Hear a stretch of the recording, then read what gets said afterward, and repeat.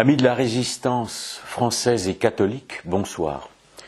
Ces deux termes, j'y insiste, sont aujourd'hui plus d'actualité que jamais. C'est-à-dire que le diable étend son pouvoir sur le monde, donc nous devons résister en tant que Français et en tant que catholiques français, c'est-à-dire nous faisons partie de la fille aînée de l'Église qui a malheureusement apostasié depuis la Révolution. Je vais entamer maintenant une nouvelle série par rapport aux entretiens qu'on avait pu faire auparavant sur l'histoire secrète de la philosophie. Une série qui va être consacrée à l'intelligence du christianisme. C'est le titre générique qui va comporter 2 tomes. Le premier tome que je vous présente aujourd'hui s'appelle « L'humanité en quête de Dieu ». Qui comprendra 2 parties. Aujourd'hui, je vais vous parler des modernes et primitifs, qui est le titre de la première partie. Et la deuxième partie, c'est l'histoire secrète de la philosophie grecque, qui fera l'objet évidemment d'autres entretiens. Cette série s'inscrit dans la suite de ce que j'ai pu écrire auparavant, c'est-à-dire de la guerre des gnoses en 4 volumes, de la conspiration des philosophes, en plusieurs volumes aussi. Le 4e sortira, j'espère, avant la fin de l'année. Il s'appellera La Révolution des Illuminés. C'est évidemment dans la même logique, mais avec une optique différente, qui est d'essayer de faire comprendre aux sceptiques, aux gens qui simplement n'ont pas encore réalisé que la France déchristianisée allait vivre sans doute des heures difficiles, que le christianisme est indispensable d'abord à la survie de notre nation et que le christianisme est indispensable à l'humanité. L'intelligence du christianisme est supérieure à l'intelligence de toutes les autres traditions et religions. Pour une raison très simple, c'est que le christianisme est révélé par le Fils de Dieu. Donc ça n'est pas une religion qui vient des hommes, c'est une religion qui est révélée par le Fils de Dieu.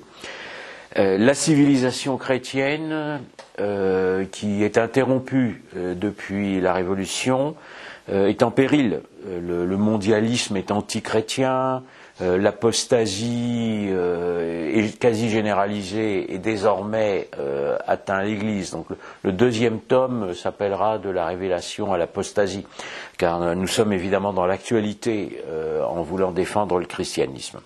Donc dans cette série, j'ai voulu, d'abord elle représente des études que j'ai pu faire il y a de nombreuses années.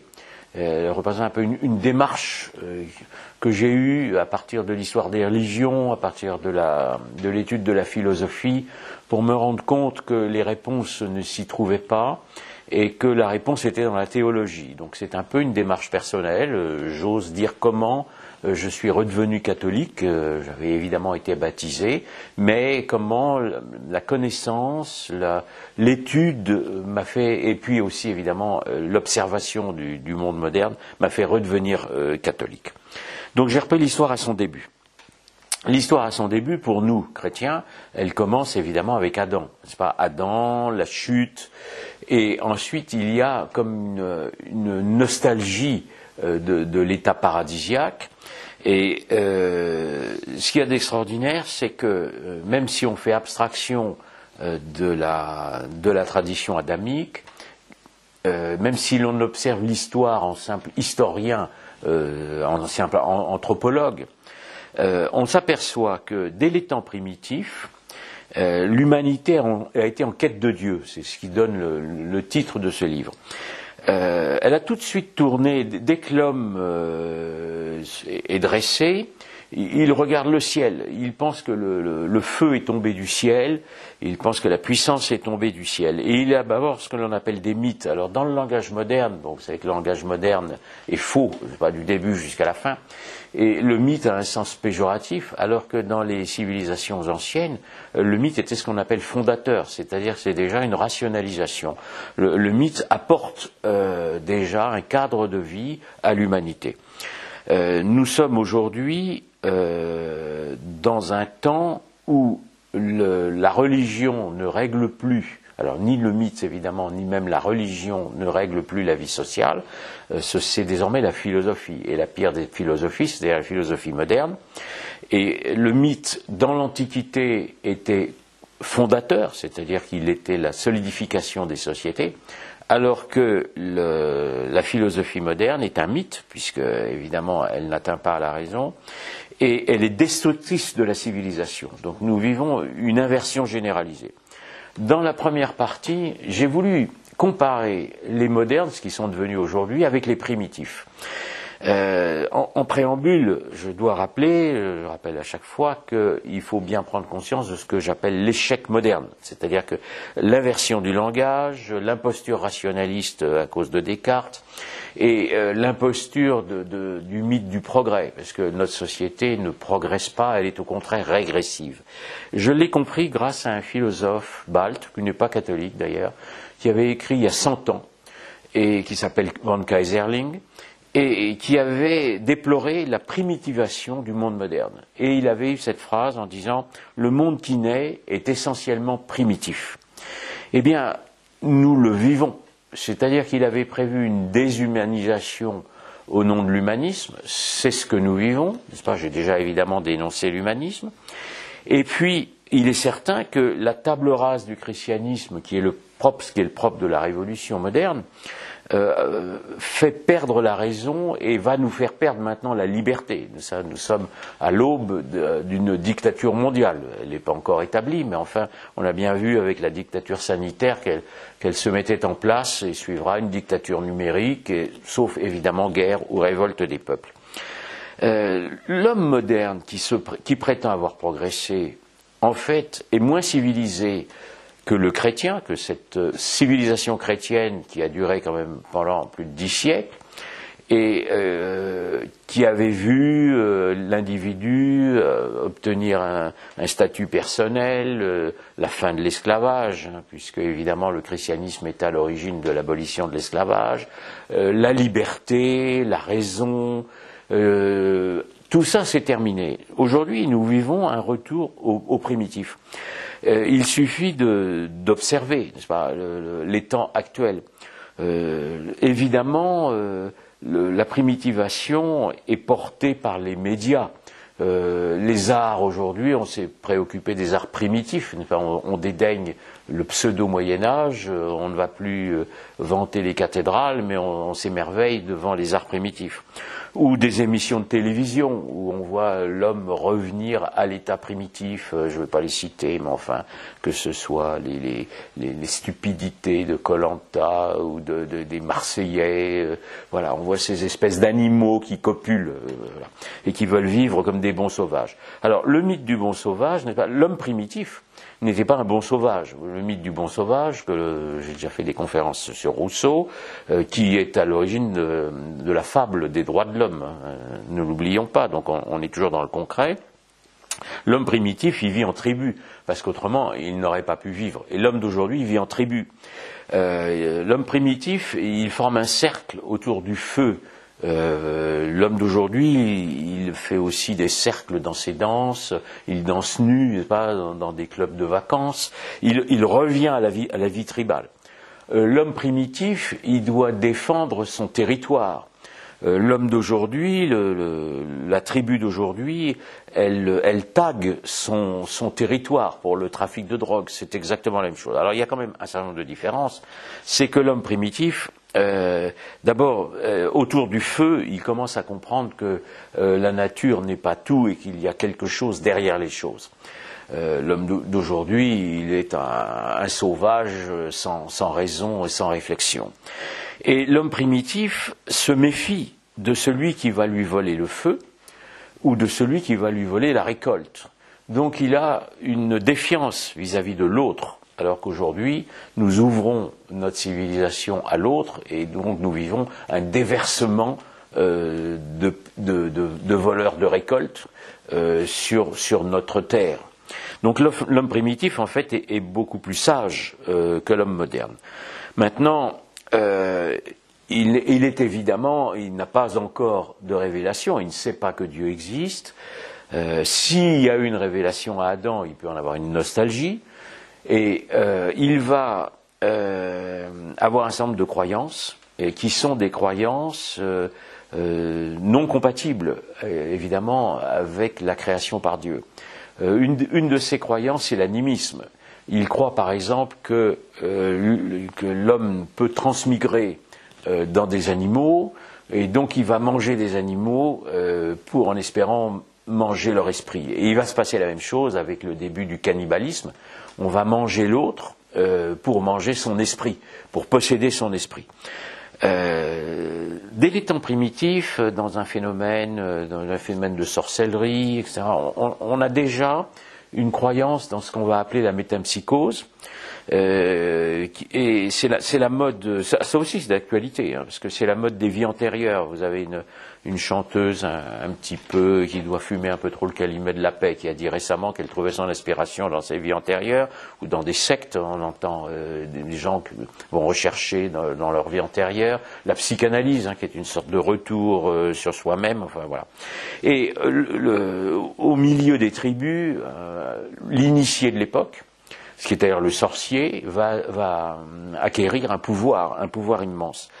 Là, il y a une différence. Aujourd'hui, le sorcier, c'est le sorcier médiatique. Bon.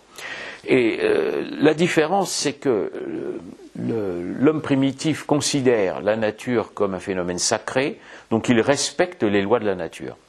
Alors que le moderne, aujourd'hui, vit dans un monde profane et met en péril la nature, parce que la nature a été créée par Dieu, donc comme le rejet de Dieu implique le rejet de la nature. Quand j'oppose donc le moderne au primitif, et que je les compare, je trouve que le moderne est très inférieur au primitif.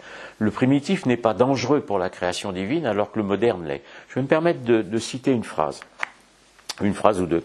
Le primitif est au plus bas de l'échelle. Et d'échelon en échelon, il va monter vers la lumière du ciel. L'homme moderne, lui, est redescendu de l'échelle. Il croit avoir recréé le paradis, mais c'est un paradis artificiel. On lui dit qu'il est civilisé, il est redevenu sauvage. Il ne domine plus ses passions, il se soumet aux plus bas instincts. Il avait conquis la personne et avec elle la liberté, il est devenu un citoyen et revient en tribu. Le sorcier médiatique a éteint son intelligence. L'homme moderne est un objet entre les mains du gardien de bétail, il est un veau tatoué. Le sorcier lui vend de la drogue pour qu'il rêve. L'esprit de l'homme moderne n'est plus dans le réel. C'est bien cela le problème de l'homme moderne, c'est qu'il vit dans une utopie généralisée et que l'utopie a toujours été à la source de la violence. Donc le moderne est inférieur au primitif qui avait le sens du sacré, et le sacré doit être opposé au profane. Le profane, la philosophie est une négation de toutes les religions et profane. Et dans les mythes, vous avez un certain nombre de mythes qui ont été fondateurs et d'autres qui ont déjà été destructeurs. Alors, je vais en citer un seul, qui est le mythe du forgeron. Le mythe du forgeron, alors je ne le cite pas évidemment innocemment, hein. Le mythe du forgeron, vous savez que là on est à l'âge des métaux, et que l'homme croit que les métaux sont tombés avec le feu du ciel et sont allés dans la terre, et il sort évidemment les métaux de la terre, mais auprès du feu, grâce au feu, le forgeron va modifier les métaux. C'est la première fois dans l'histoire de l'humanité que l'homme va se penser comme un co-créateur. La création n'est plus parfaite, c'est lui qui va intervenir. On est évidemment avec le mythe du forgeron, à l'origine de l'alchimie, à l'origine évidemment de la prétention maçonnique. Toutes ces alchimies, maçonnerie, soumission au diable, tout le monde moderne maçonnique est soumis au diable.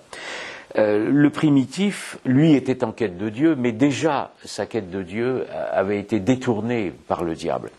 Et un exemple, le plus grand exemple qu'on peut donner, c'est que vous savez que le diable est la création de Dieu et veut la détruire, notamment l'homme. Et le problème du monde primitif, c'est-à-dire même dans les traditions, c'est le problème du sacrifice humain. Ce qu'on oublie souvent, c'est que la révolution a fait revenir les cultes du cosmos, les cultes cosmiques, et que tous ces cultes-là comprenaient un sacrifice humain. Dans les premières sociétés agricoles, alors ça vient des mythologies des premières sociétés agricoles, les gens pensent, les humains pensent que la création au départ était un chaos, bon, et qu'elle a été ordonnée. Le mot cosmos veut dire ordonné, et cet ordonnancement primordial est né d'un sacrifice. Et il va falloir renouveler ce sacrifice tous les ans. Ce sacrifice est aussi interne au premier culte, au premier calendrier en fait des sociétés agricoles, qui est un calendrier lunaire. C'est la lune, n'est-ce pas, qui règle le rythme des saisons. Et il s'associe au culte de la terre-mère. Alors là aussi, ce n'est pas de l'histoire ancienne, parce que nos écologistes croient, n'est-ce pas, en la terre-mère. Donc nous sommes revenus à un culte de la terre-mère. Vous avez pendant tous les temps primitifs une lutte entre des cultes de la lune, donc c'est un culte féminin, et des cultes du soleil, culte masculin. Le premier culte, c'est un culte féminin. Le problème, c'est que pour les primitifs, le temps se déroule dans des cycles, n'est-ce pas ? Dans la Bible, le temps est créé, donc il y a un commencement, le temps est linéaire, mais à l'époque, on est dans un cycle. Et ce cycle peut être interrompu par ce que l'on appelle une crise cosmique. Une crise cosmique, ça peut être un déluge, ça peut être une sécheresse. Et donc, il faut faire un certain nombre de fêtes, un certain nombre de sacrifices pour que le cycle de la nature redémarre. C'est l'origine de la fête du Nouvel An. La fête du Nouvel An, le carnaval, où l'on sacrifie un roi, à l'époque est un roi de pacotille, mais qui est aussi une transgression des règles de la nature. C'est-à-dire que pendant cette période de mort de la nature, n'est-ce pas, au Nouvel An, avant qu'elle ne recommence, on transgresse toutes les mœurs, on renverse l'ordre établi, mais on transgresse aussi les mœurs. On porte un masque. Alors aujourd'hui on met une capuche, hein, c'est exactement la même chose, et la transgression des mœurs, c'est devenu évidemment la révolution sexuelle de mai 68. Donc les fêtes révolutionnaires, on en connaît pendant la Révolution française, et évidemment elles ont été promues par évidemment un franc-maçon qui n'était pas très chrétien. Le problème des sociétés primitives, c'est que le cycle de la nature redémarre. Et il faut donc renouveler le meurtre primordial qui avait permis l'ordonnancement du chaos en cosmos. Et pour renouveler, pour que tout ça recommence, on sacrifie des êtres humains. Alors on sacrifie principalement des jeunes filles. Alors avis aux féministes hystériques, n'est-ce pas ? Parce que les jeunes filles sont innocentes et elles servent d'humus pour la terre. On fait couler le sang de jeunes filles dans le sacrifice. Alors il y aura évidemment un immense apport du judaïsme qui est déjà de substituer au sacrifice humain le sacrifice du bouc émissaire.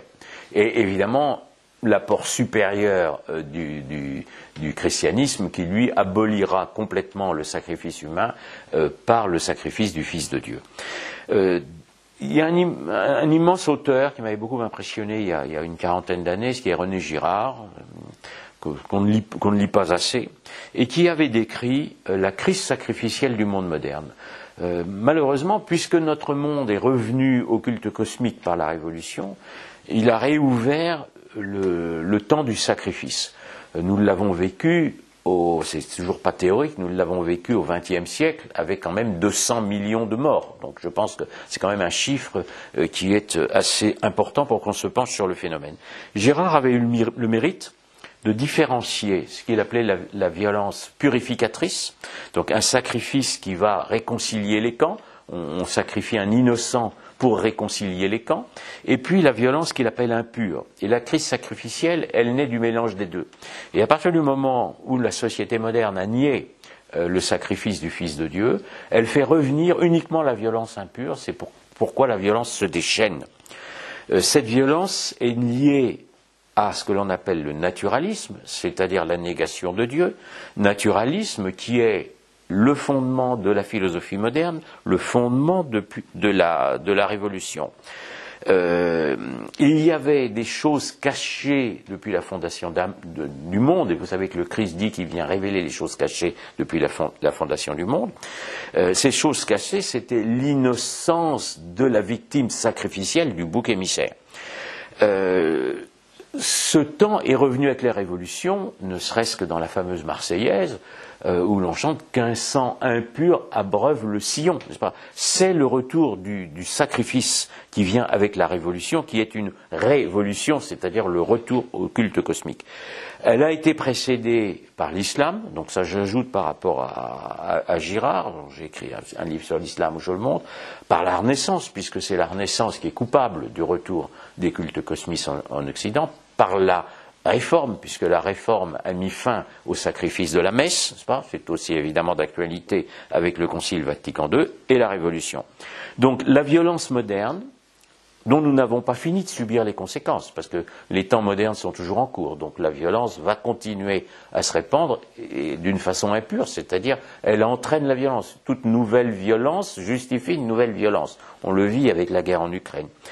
Et tient essentiellement à la négation du sacré. Le sacré, que j'écris avec un S majuscule, c'est-à-dire du sacrifice du Fils de Dieu.